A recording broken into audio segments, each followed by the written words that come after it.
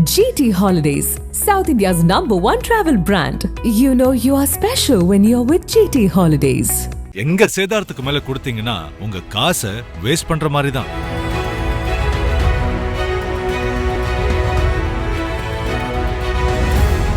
இது ஒன்றும் குடும்ப கட்சி கிடையாது, தொண்டர்களை அடிப்படையாக கொண்ட ஒரு கட்சி அப்படின்னு நாடாளுமன்றத்தில் உத்தரப்பிரதேச முன்னாள் முதல்வர் அகிலேஷ் யாதவ் ஏன் இன்னும் நீங்கள் பாஜகவுக்கு தேசிய தலைவரை நியமிக்கல அப்படின்னு கேட்ட கேள்விக்கு அமித்ஷா கொடுத்த பதில் தான் இது.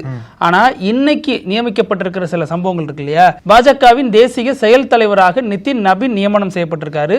அதே மாதிரி தமிழகத்தில் தேர்தல் பொறுப்பாளர்களாக 3 மத்திய அமைச்சர்கள் நியமிக்கப்பட்டிருக்காங்க. பட் ஆனால் இவங்க எல்லாமே ஒரு குடும்ப பின்னணியிலேருந்து தான் வராங்க, இவங்களுடைய பெற்றோர்கள் ஏற்கனவே பாஜக இருந்திருக்காங்க அப்படிங்கிற விமர்சனம் இதோட சேர்ந்து வருது.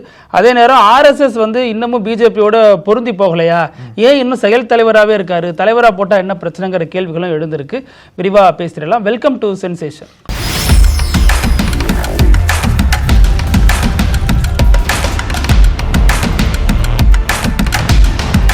வணக்கம் பிருத்திவி. வணக்கம் அழகு.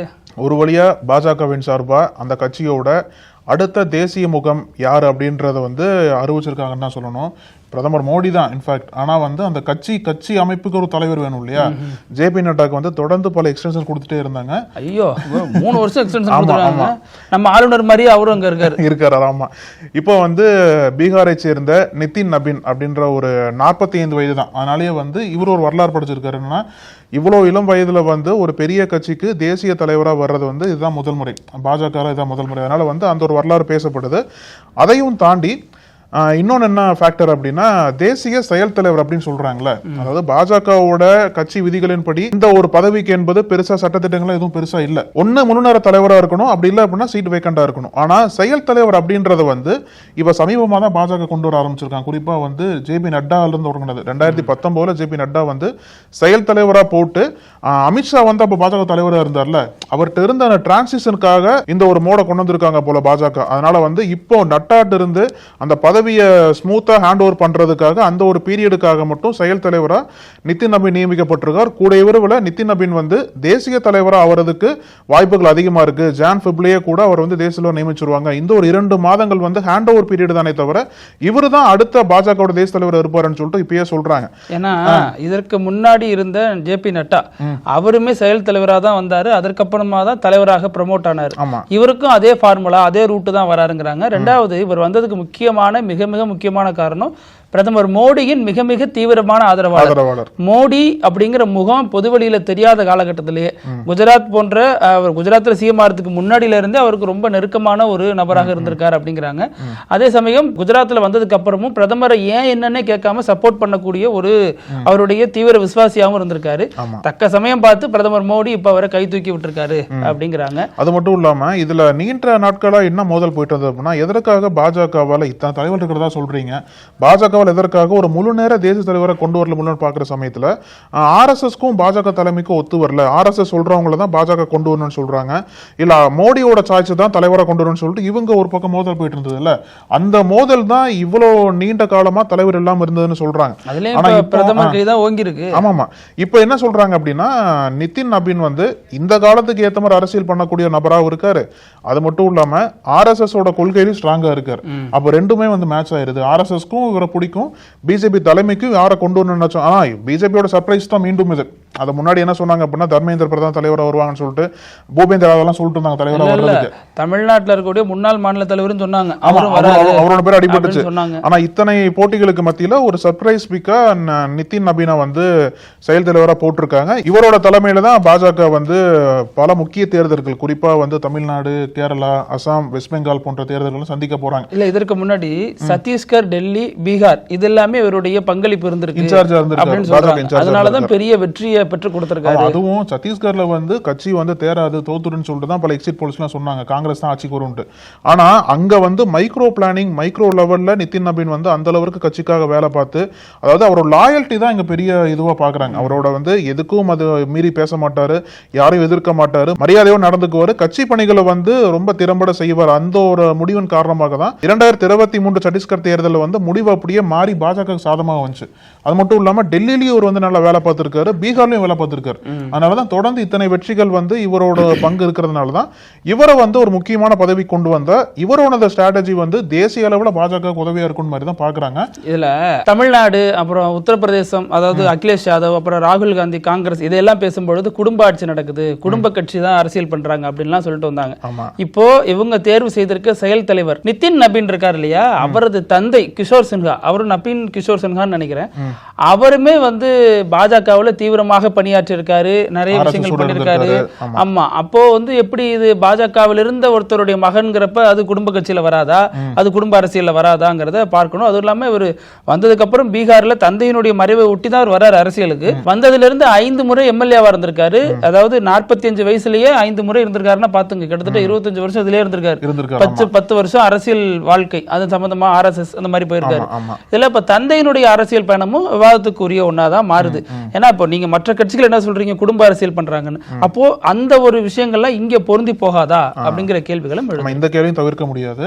இன்னொரு பக்கம் என்ன அப்படின்னா, பீகார்ல இருந்து இவர் தேர்ந்தெடுக்கப்பட்டிருக்கார், பீகார்ல அமைச்சராகவும் இருக்கார். இப்போ நீண்ட வருடங்களா வந்து பாஜகவுக்கு பீகார்ல பெரிய முகமே இல்லைன்னு சொல்லிட்டு தான் இந்த தேர்தலை கூட நிதிஷ்குமார் சிஎம் சீட்டு கொடுத்தாங்க. ஆனா அந்த ஒரு இதுக்கெல்லாமே வந்து முடிவு கட்டுற விதமா, அந்த ஒரு இதுக்கெல்லாமே வந்து பதில் சொல்ற விதமா பீகாரை சேர்ந்த ஒருத்தரையே வந்து தேசிய முகமா ப்ரொஜெக்ட் பண்ண போறோன்ற மாதிரியும் மோடி அமைச்சர் சேர்ந்து இவரை கொண்டு வந்திருக்காங்கன்னு தான் சொல்லணும். அதாவது அவருக்கு அந்த செய்தியே தெரியாதுங்கிறாங்க, இப்படி ஒரு நடக்குதுன்னே தெரியாது, வேற ஏதோ பார்ட்டி ஒர்க்ல இருந்தப்ப இந்த செய்தி வந்ததை கேட்டு ஆச்சரியமானாருங்கிறாங்க. இது எந்த அளவுக்கு உண்மை, எப்படி நம்புறதுன்னு தெரியல. ஆமா, அதனால வந்து அவரோட தேர்வு என்பது இந்தியா முழுக்கவே பேசு பொருளா மாறி இருக்குன்னு தான் சொல்லணும். எப்படி எல்லாம் ஸ்ட்ராட்டஜிஸ் வந்து எப்படி வகுக்க போறாங்க அதெல்லாமே வந்து பார்க்கணும். வரக்கூடிய அந்த தேர்தல்கள்லாம் வந்து இவரோட பணி எப்படி இருக்க போகுது.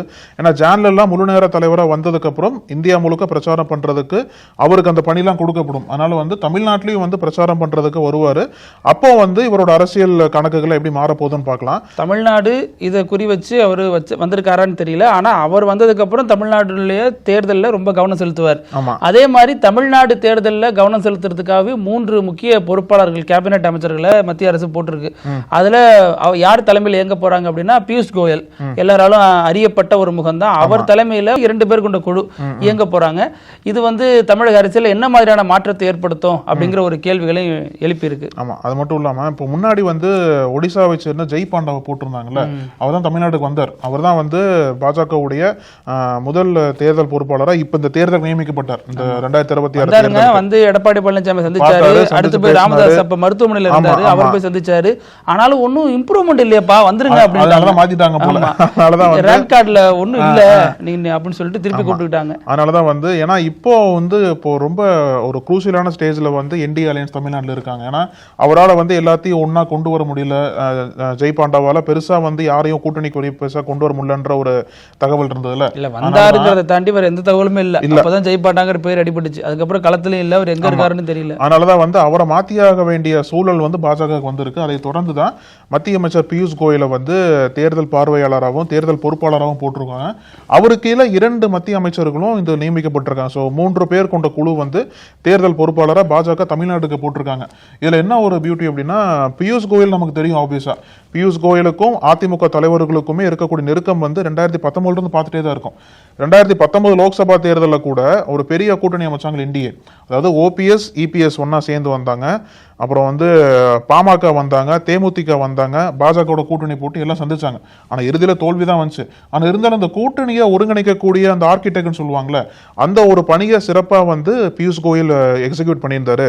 பியூஷ் கோயலுக்கும் அதிமுக தலைவர்களுக்கும் தனிப்பட்ட முறையில் நல்ல ஒரு நெருக்கம் இருக்கு. இப்போ இந்த சூழல்ல வந்து எல்லாருமே பிரிஞ்சிருக்காங்க. தினகரன் பிரிஞ்சிருக்காரு, ஓபிஎஸ் பிரிஞ்சிருக்காரு, இபிஎஸ் எல்லாம் வந்து அதிகாரம்லாம் கொடுக்கப்பட்டதா அவங்க கட்சியில சொல்றாங்க. இந்த சூழல்ல வந்து ஒரு ஒருங்கிணைந்த என்டிஏவை தமிழ்நாட்டில் உருவாக்கணும். 2021 போல மீண்டும் ஒரு பெரிய கூட்டணி உருவாக்கணும் அப்படின்னா அதை பியூஷ் கோயலால மட்டும்தான் முடியும்ன்ற மாதிரி அவருக்கு ஒரு பொறுப்பு கொடுத்திருக்காங்க. தமிழ்நாட்டுக்கு வந்து மீண்டும் 2019 அந்த ஃபார்முலாவை கையில் எடுத்துட்டு வந்து ஓபிஎஸ் இபிஎஸ் எல்லாத்தையும் ஒன்னா கொண்டு வருவாரா? ஆனால் அந்த கொண்டு வர வேலை வந்து ரொம்ப பெரிய வேலை. அவர் வந்து அலையன்ஸ் கிங் அப்படின்னு சொல்றாங்க. ஏன்னா ஜெயலலிதாவின் மறைவுக்கு பிறகு அது வரைக்கும் அதிமுக பாஜகவோட ஒரு முறை கூட்டணி வச்சிருக்காங்க.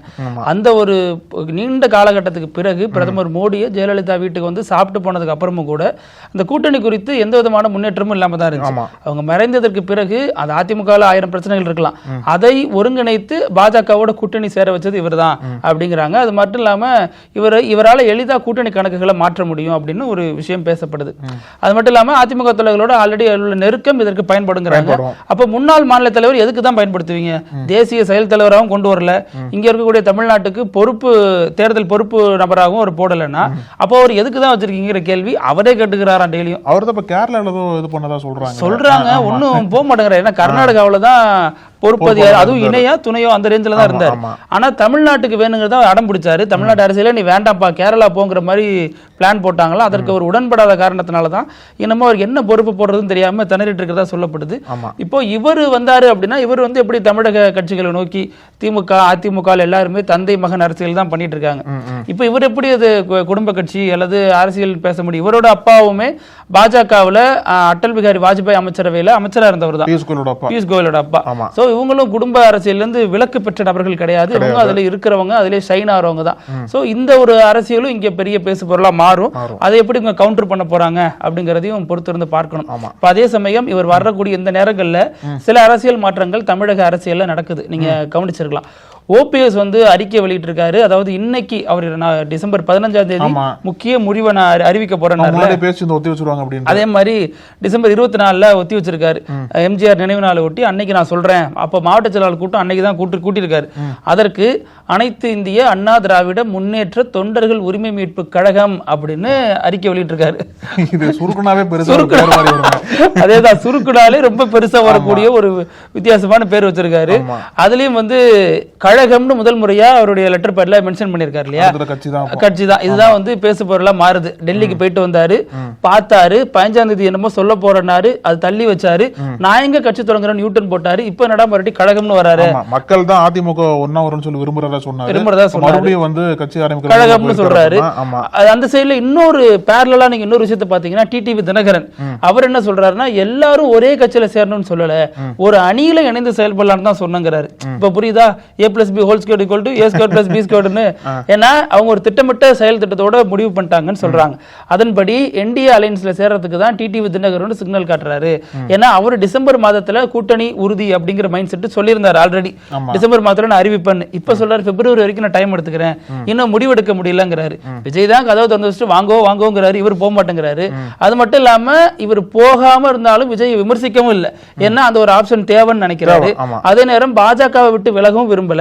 இப்ப என்ன சொல்றாரு, ஒரு அணியில இணைந்து செயல்பட்டா அம்மாவின் தொண்டர்கள் ஒரு அணியில இணைந்து செயல்படணும், அதைத்தான் நான் சொல்றேன் அப்படின்னு கொஞ்சம் இறங்கி வந்த மாதிரி தெரியுது. ஓபிஎஸும் கொஞ்சம் இறங்கி வந்திருக்காரு, எடப்பாடி பழனிசாமியும் கொஞ்சம் இறங்கி வந்த மாதிரி தான் தெரியுது. இந்த நேரத்தில் பியூஷ் கோயல் உள்ள வராரு. இனிமே என்னென்ன நடக்கும் அப்படிங்கறது நம்ம சொல்ல வேண்டாம், ஆட்டோமேட்டிக்கா அது நடக்க போகுது. அதெல்லாம் நம்ம பொறுத்து இருந்தா பார்க்கணும், எப்படி அதிமுக கூட்டணிக்குள்ள கணக்குகள் எப்படி மாற போகுதுன்றதை பார்க்கலாம். இப்போ தேமுதிகவும் அவங்களுடைய முடிவு என்ன அப்படின்றத அடுத்த மாதம் ஜனவரி 9ஆம் தேதி அறிவிக்க போகிறதா பிரேமலதா சொல்லியிருக்காங்க. குறிப்பாக சொல்லணும் அப்படின்னா அதிமுக பக்கம் தான் போகிறாங்க அப்படின்றதே நான் பல நாட்களாக பார்த்துட்டு வரோம். ஏன்னா அந்த ஒரு மூவ் தான் எடுத்துட்டு இருக்காங்க போல. மீண்டும் எடப்பாடியோட அந்த முன்னாடிலாம் பேசினாங்க, குற்றச்சாட்டு வச்சாங்க, எடப்பாடி துரோகம் பண்ணிட்டார் மாதிரி பேசினாங்கல்ல, அதெல்லாம் மறந்துட்டு எடப்பாடிக்கு ஆதரவாக பேசிட்டு இருக்காங்க. அதனாலேயே கூட அவங்க அங்கதான் போவாங்க. இருந்தாலும் ஜனவரி 9ஆம் தேதி அவங்களோட இறுதி முடிவு தெரியுன்ற மாதிரி சொல்றாங்க. அது மாதிரி பாமக எப்படி பாஜக கூட்டணியில வரப்போகிறது அப்படிங்கிற கேள்வியும் எழுந்திருக்கு. அவங்களுக்குள்ளேயே பிரச்சனை பூதாகரமா போயிட்டு இருக்கு. அப்புறம் ஆல்ரெடி கிருஷ்ணசாமி, ஜான் பாண்டியன் போன்றவர்களும் என்டிஏ அலையன்ஸ்ல இருந்தவங்க தான். இப்போ அவங்களுடைய நிலைப்பாட்டு என்ன அப்படிங்கிறதையும் முடிவு பண்ணதுக்கு அப்புறம் என்டிஏ கூட்டணி பலம் பெறுமா அப்படிங்கிற கேள்வியும் வரும். நீங்க பாமகன்னு சொன்ன உடனே பியூஷ் கோயலுக்கு இருக்கக்கூடிய மிக முக்கியமான சவால் அதுவாக தான் இருக்கும். தந்தை மகனும் ஒருங்கிணைஞ்சு கொண்டு வரணும். 2019, 2021 எல்லாமே அவங்க கூட்டணியுள்ள போட்டி போட்டாங்க இல்லையா. அதனால மீண்டும் அந்த ஒரு இணைப்பை பியூஷ் கோயலால் முடியுமா? ஏன்னா இன்னைக்கு கூட ஜிகே மணி சொல்லியிருக்காரு என்ன அப்படின்னா, நான் வேணா எம்எல்ஏ ராஜினாமா, நான் வேணா கட்சி விட்டு வெளில போயிடுறேன், என்ன போன்ற நபர்கள் அன்புமணி துரோகின்னு சொல்லிட்டு இருக்காரு, நான் தான் அப்பா மகனுக்கு இடையில ஏற்பட்ட பிரச்சனைக்கு நான் தான் காரணம் மாதிரி சொல்லிருக்காரு. அதனால எனக்கு கட்சி பதவியே கூட வேண்டாம், எம்எல்ஏ சீட்டு கூட வேண்டாம், அவங்க 2 பேரும் சேர்ந்தாலே போதும், நான் கட்சியில் வெளில வந்துறேன்னு சொல்லிட்டு சொல்றாரு. காட்டமான ஒரு கருத்தெல்லாம் பதிவு பண்ணியிருக்காரு. அதெல்லாம் பார்க்குற சமயத்தில் இவங்களோட அந்த சண்டை, இவங்களோட மோதல் இன்னும் முடிவுக்கே வரலன்ற சமயத்தில் பியூஷ் கோயலோட வருகை எப்படி அந்த கட்சிக்குள்ள அந்த ஒரு மோதலை மாற்ற போகுது, எப்படி கன்வின்ஸ் பண்ணி 2 பேரையும் ஒன்னா இணைச்சு முழுமையான ஒரு பாமகவை கூட்டணிக்குள்ள கொண்டு வர முடியுமா பியூஷ் கோயலால அப்படின்றது ஒரு பெரிய சவால் தான் இருக்கு. இதுல ஏற்கனவே சொன்ன மாதிரி பாஜகவினுடைய புதிய தேசிய தலைவராக நியமிக்கப்பட்டிருக்கு, அதாவது செயல் தலைவராக இருக்கக்கூடியவர் வெறும் 45 வயசு தான். அதற்கு ஆப்போசிட்டா இந்தியா முழுக்க தேசிய கட்சிங்கிற பேர் இருக்கிறது காங்கிரஸ் இல்லையா. அந்த கட்சியினுடைய தலைவர் மல்லிகார்ஜுன கார்கேவோட வயசு 84. இவர் எப்படி ஈக்குவலா போட்டி போட்டி போட முடியுங்கிற ஒரு கேள்வியும் எழுந்திருக்கு. அதே சமயம் இப்போ பேசிட்டு இருக்க நேரத்தில் ஒடிசாவில் இருக்கக்கூடிய முன்னாள் எம்எல்ஏ, ஒடிசாவினுடைய காங்கிரஸ்ல இருக்கக்கூடிய முக்கியமான தலைவர்ல ஒருத்தர், அவரு நீக்கம் செய்யப்பட்டிருக்கார். அவர் பேரு முகமது மொஹிம். இவரை தான் இப்ப காங்கிரஸ்ல இருந்து நீக்கிருக்காங்க. ஏன் நீக்கிருக்காங்க அப்படின்னா, அவர் ஒரு கடிதம் எழுதியிருக்காரு சோனியா காந்திக்கு. அது மாதிரி ராகுல் காந்தியும் மல்லிகார்ஜுன கார்கேவும் இளைஞர்களோடு இணைந்து செயல்படாத காரணத்தினாலதான் காங்கிரசினுடைய முகமாக இருந்த ஜோதிராதித்யா சிந்தியா போன்ற தலைவர்கள் வெளியேறினாங்க அப்படின்னு ஒரு குற்றச்சாட்டை வச்சிருக்காரு. அதற்காக தான் நீக்கம் செய்யப்பட்டிருக்கிறார் அப்படிங்கிற விமர்சனமும் வந்திருக்கு. இந்த நேரத்துல இளைஞர்கள் கூட காங்கிரஸ் இல்ல அப்படிங்கிறதுக்கு இதுவும் ஒரு விஷயமா பேசப்படுது. ஆதங்கத்தை பதிவு பண்ணா கட்சியிலிருந்து நீக்குறாங்க. ஆமா, அதுவும் உள்ளரங்கில தான் பேசிக்கிறாரு. அவங்க தலைவை சோனியா காந்தி தான் கடிதம் அனுப்பினதா சொல்லப்படுது.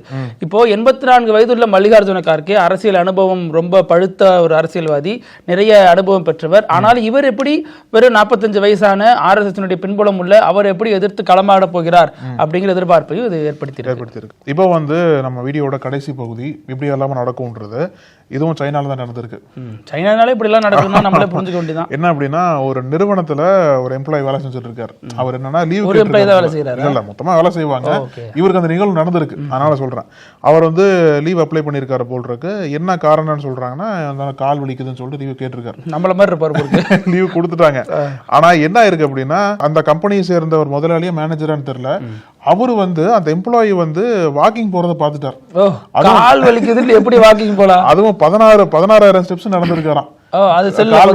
கால் வலி வச்சுட்டு, கால் வலி தானே சொல்லி லீவ் எடுத்தீங்க, எப்படி நீங்க இவ்வளவு ஹெல்த்தியா வாக்கிங் போயிட்டு இருக்கீங்களே, அப்ப நீங்க பொய் சொல்லிருக்கீங்க. லீவுக்கு ஒரு நியாயம் வேணாமா? நெஞ்சு வலின்னு சொல்லி கண்டுபிடிச்சிருப்பாரா? ஆமா, பிளான் தெரியாத பசங்க. ஆமா, அதனால நீங்க பொய் சொல்லிருக்கீங்க, கம்பெனிக்கு டிஸ்ஆனஸ்டா இருந்திருக்கீங்கன்னு சொல்லிட்டு உடனே அவரை ஃபயர் பண்ணிட்டாங்க. ஐயோ, ஆமா, தூக்கிட்டாங்க வேலையில இருந்து. அப்புறம் அவர் 45 நிமிஷம் முன்னாடி வந்தாலும் வேலையை விட்டு நிக்கிறாங்க.